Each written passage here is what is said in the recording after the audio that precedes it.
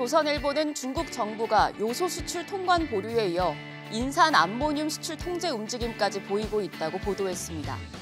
정부 관계부처는 중국이 인산 암모늄 수출 검사를 유예하는 등 수출 제한 움직임이 있다고 파악해 집중 모니터링하고 있다고 밝혔습니다.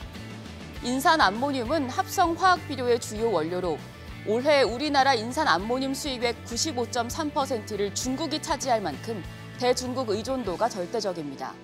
중국의 인산 암모늄 통제가 장기화될수록 농가 피해가 현실화될 수밖에 없다는 우려가 나옵니다. 정부는 내년 1분기까지 인산 암모늄 공급엔 큰 무리가 없을 것이라며 중국의 수출 통제 상황에 따라 가능한 수단을 총동원하겠다고 밝혔습니다. 동아일보는 고물가와 고금리가 이어지자 유럽을 비롯한 주요 선진국에서 팽제세 카드를 꺼내들었다고 보도했습니다. 팽제세는 기업이 거둔 초과 이익에 대해 추가로 징수하는 세금인데 KPMG와 미국 조세재단에 따르면 EU 회원국 27곳 중에서 약 89%, 24곳이 자국 은행과 에너지 기업 등에 팽제세를 부과했거나 부과할 계획을 밝혔습니다. 영국은 에너지 기업에 대해서 35%에서 45%의 횡재세를, 이탈리아는 은행은 40%, 에너지 기업은 50%에 달하는 횡재세를 도입했습니다. 그리고 스페인의 경우 내년까지 2년간 한시 도입한 횡재세의 적용 기간을 연장하기로 했습니다. 고금리 고물가 국면이 장기간 지속되면서 유럽 경제는 멈춰선 상황입니다. 유럽의 국제정치경제센터는 지금 같은 추세가 2035년까지 이어진다면 미국과 유럽의 1인당 국내 총생산 GDP 격차가 크게 벌어질 것이라고 진단하기도 했습니다. 다음으로 조선일보는 아사히 신문을 인용해 일본이 2025년부터 세 자녀 이상인 세대의 모든 자녀에게 대학 무상교육을 제공하기로 했다고 보도했습니다. 아사히 신문에 따르면 일본 정부는 세 자녀 이상 세대를 대상으로 소득 수준과 상관없이 4년제 대학과 전문대, 고등전문학교 수업료를 전액 면제한다는 방침을 정했습니다. 자녀가 3명일 경우에 셋째뿐 아니라 첫째와 둘째의 대학 수업료도 면제합니다. 현재는 저소득 가구에 한해 다자녀 대학 수업료를 면제하는데 내년부터는 연수입이 600만 엔, 약 5,500만 원으로 기준이 완화되고 2025년부터는 소득 제한을 아예 없앨 계획입니다. 조선일보는 부동산 프로젝트 파이낸싱 PF 사업장이 대거 부실화할 것이란 우려가 나오고 있다고 보도했습니다.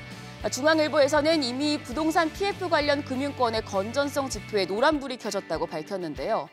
6월 말 기준 금융권 부동산 PF 대출 연체율은 133조 1천억 원, 2.17%에 달합니다.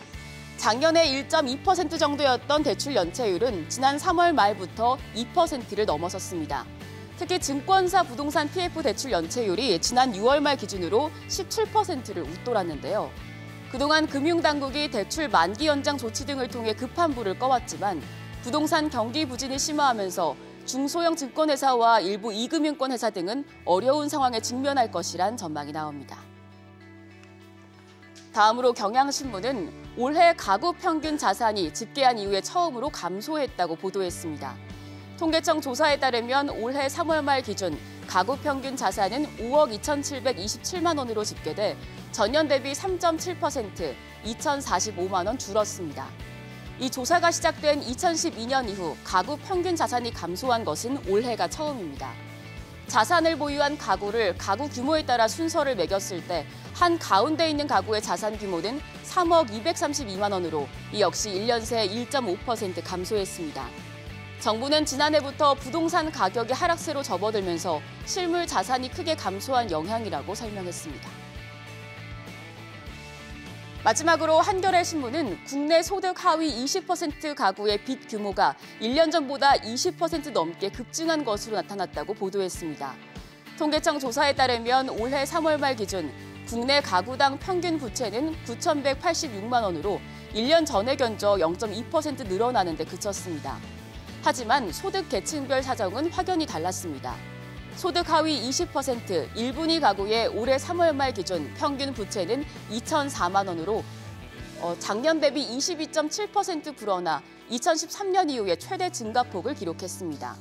통계청은 1분위 가구 중 수익형 부동산 투자에 막차를 탄 은퇴 고령층과 벌이가 적은 청년층을 중심으로 금융권 비상환 부담이 훌쩍 커졌기 때문이라고 밝혔습니다. 지금까지 조간 브리핑이었습니다.